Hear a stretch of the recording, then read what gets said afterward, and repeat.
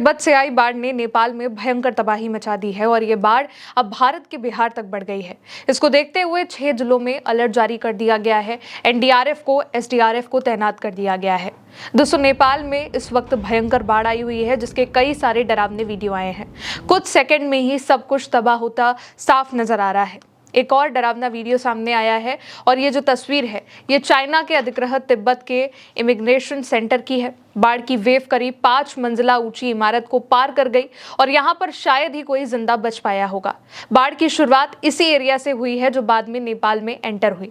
इसमें लोग भी हैं जो नीचे भागते हुए नजर आ रहे हैं, लेकिन उतने में ही बाढ़ 5 फीट की इस दीवार को फांदते हुए आती है और कई लोग इसमें बह जाते हैं। एक और वीडियो है जिसमें पहाड़ों से सैलाब आया, बिल्डिंग और गाड़ियों को कागज की तरह बहा ले गया। ये वीडियो रसुवा जिले में नेपाल चाइना सीमा पर रसुवा गढ़ी बॉर्डर का बताया जा रहा है। इसके सामने चाइना की तरफ ग्योरेंग क्षेत्र आता है।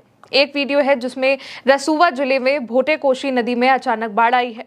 बड़ी संख्या में लोगों के बह जाने की भी खबर आई है और ये जो आंकड़े हैं ये बढ़ते जा रहे हैं। यहाँ तक कि बिजली बनाने वाला प्रोजेक्ट भी इस बाढ़ में बह गया। असल में दोस्तों, नेपाल में बुधवार अचानक सुबह ये बाढ़ आई जिसने जमकर तबाही मचाई है। गाड़ियां, पुल, टावर और इमारतें, लोग, बिजली बनाने वाले प्रोजेक्ट, सब कुछ बाढ़ में कुछ सेकंड में ही बह गया है।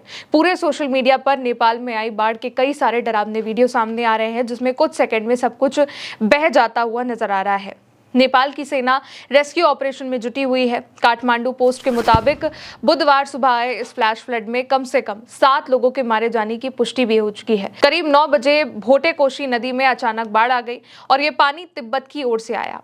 ठीक 1 साल पहले भोटेकोशी में आई बाढ़ में इसी तरीके से भारी तबाही हुई थी और रसुवा में कम से कम 10 लोगों की जान भी गई थी। इस बार और भी ज्यादा खतरनाक बाढ़ बताया जा रहा है कि आई है। यही नहीं, नेपाल में आई बाढ़ में 384 टूरिस्ट लापता हो गए हैं।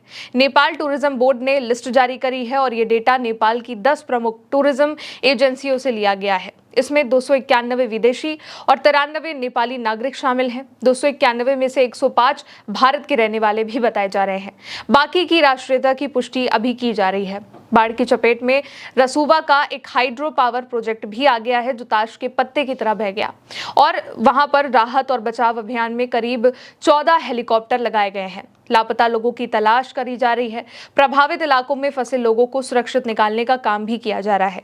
बाढ़ का असर भारत तक पहुंचने की भी आशंका है और इसको देखते हुए बिहार में भी 8 जिलों में अलर्ट जारी कर दिया गया है। इसमें पश्चिमी चंपारण, पूर्वी चंपारण, गोपालगंज, सारण, मुजफ्फरपुर, वैशाली, सीतामढ़ी और शिवहर शामिल है, क्योंकि ये वो इलाके हैं जो कि नेपाल से सटे बॉर्डर पे लगते हैं।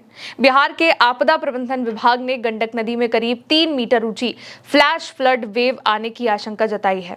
नेपाल के रसुवा में तो बाढ़ का पानी इतनी जल्दी फैला और बाढ़ के पानी ने स्थानीय हेलीपैड को भी बहा लिया। नेपाली मीडिया के मुताबिक बाढ़ तिब्बत की तरफ से आई।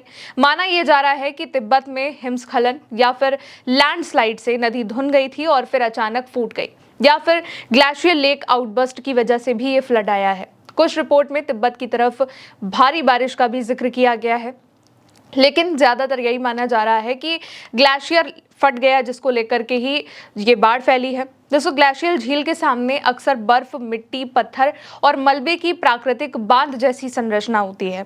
ये बांध कमजोर पड़ जाए या टूट जाए तो झील का पानी अचानक नीचे की ओर बहने लगता है और इसी को ग्लेशियर लेक आउटबर्स्ट फ्लड कहा जाता है, यानी कि ग्लेशियर झील फटने से आने वाली बाढ़। यही नहीं, नेपाल के प्रधानमंत्री बालेन शाह ने भी रसुवा के बाढ़ प्रभावित इलाकों में बचाव और राहत के लिए नेपाली सेना, सशस्त्र पुलिस बल और नेपाल पुलिस को तैनात करने के निर्देश दिए हैं। प्रभावित इलाकों में दूसरे जिलों से भी अतिरिक्त सुरक्षा कर्मी भेजे गए हैं। प्रभावित इलाकों में अतिरिक्त एम्बुलेंस और मेडिकल स्टाफ भेजा जा रहा है। बालेन शाह ने नदी के किनारे निचले इलाकों में रहने वाले लोगों को भी तुरंत सुरक्षित जगह पर पहुंचने के निर्देश दिए हैं। जो तस्वीरें हैं वो बहुत ज्यादा ही खतरनाक सामने आई हैं, क्योंकि चीन के तिब्बत से आई इस बाढ़ ने नेपाल में भयंकर तबाही मचा दी है और अब ये जो बाढ़ है ये भारत के बिहार तक भी बढ़ रही है, जिसको देखते हुए 6 से ज्यादा जिलों में अलर्ट जारी किया गया है। एनडीआरएफ, एसडीआरएफ को अलर्ट किया गया है। कई सारे डरावने वीडियो हैं, जिसमें सबसे पहले जो वीडियो आया है वो चाइना के अधिकृत तिब्बत के एक इमिग्रेशन सेंटर का आता आता है जिसमें बाढ़ की जो वेव है वो करीब 5 मंजिला ऊंची इमारत को पार करती है और जो नीचे लोग हैं वो वहां पर भागते हुए नजर आ रहे हैं। लेकिन बाढ़ इतनी तेज फैलती है कि शायद ही वहां पर कोई जिंदा बचा होगा। कई लोग जो अब तक हैं लापता बताए जा रहे हैं, जिनको ढूंढने का काम वहां पर किया जा रहा है। और कहा यही जा रहा है कि ये जो बाढ़ है ये तिब्बत से ही एंटर हुई है। जो पहली तस्वीर हमने सबसे पहले आपको दिखाई, जिसमें एक इमिग्रेशन सेंटर में सबसे पहले जो बाढ़ है वो एक 5 मंजिला इमारत को क्रॉस करती है, आगे बढ़ती है और उसी से कहा जा रहा है कि ये बाढ़ नेपाल में पहुंची है। एक वीडियो आता है जिसमें पहाड़ी पर जो है काफ़ी ज़्यादा फ्लैश फ्लड को देखा जा रहा है। बिल्डिंग और गाड़ी जो कागज़ की तरह बह जाते हैं, लोग वहां पर भागते हुए भी नजर आ रहे हैं।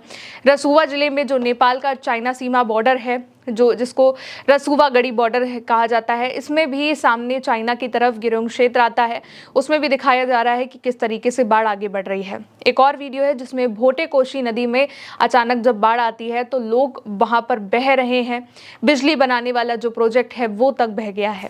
अभी बताया ये जा रहा है कि कई लोग लापता हैं, गाड़ियां हैं, पुल हैं, टावर हैं, इमारतें हैं, बिजली बनाने वाले प्रोजेक्ट हैं, सब कुछ ही सेकंड में वहां पर बह गया है। नेपाल की सेना लगातार रेस्क्यू ऑपरेशन में जुटी हुई है और बताया ये जा रहा है कि 7 लोगों के मारे जाने की अभी पुष्टि है। और 9 बजे भोटे कोशी नदी में अचानक ये बाढ़ आती है और पानी जो है तिब्बत की तरफ से आया। ठीक 1 साल पहले भी भोटे कोशी में ही जो है बाढ़ आई थी और तब भी इसी तरीके की भारी तबाही मची थी। फिलहाल आगे के जो भी अपडेट होंगे आप तक पहुंचाते रहेंगे। आप देखते रहिए उल्टा चश्मा यूसी। नमस्ते।